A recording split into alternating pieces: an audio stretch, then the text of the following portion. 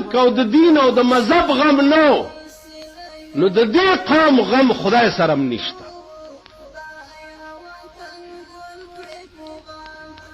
ته چې د الله د دین نه بے پروا نو الله تا نه بے پروا. ته چې د خدای د دین خیال نه ساتي نو الله به چر ستا خیال نه ساتي.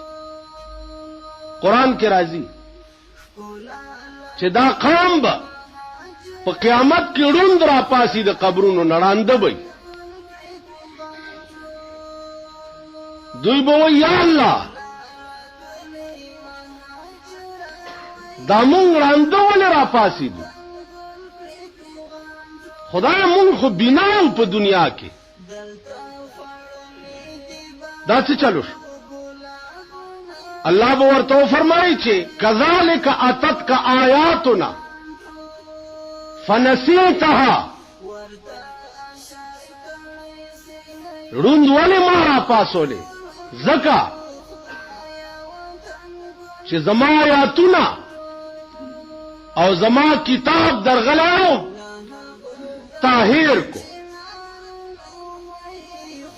نو چې تا دنیا کې زما کتاب هیر کړو کذالک الیوم تنسا نن ته هم زما هیر.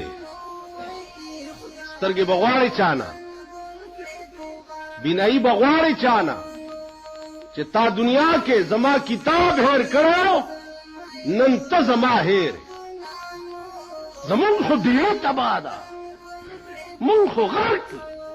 والله العظیم دا قرآن با د قیامت په ورځ تاسو وګورئ چې زنځیر باید د بجلیګر ملا په غاړه کې اچولی او خدای ته به یې راکاږي. والله العظیم دا حدیث د محمد رسول الله د قیامت په ورځ به تاسو وګورئ چې زما په خپو کې به پړی اچولي او خدای ته به مې راکاږي چې الله دا هغه سړی دی چې زه حدیث هم زه لستی وم او په شرمونو یې شرمولی وم. زه قرآن هم زه لستی وم او بیا به د دنیا دادور دپاره زه ډال ډال کولم. زما قرآن او حدیث به ما دپاره لکه آرامد وي چې زما ایمان د امام بخاري غوندې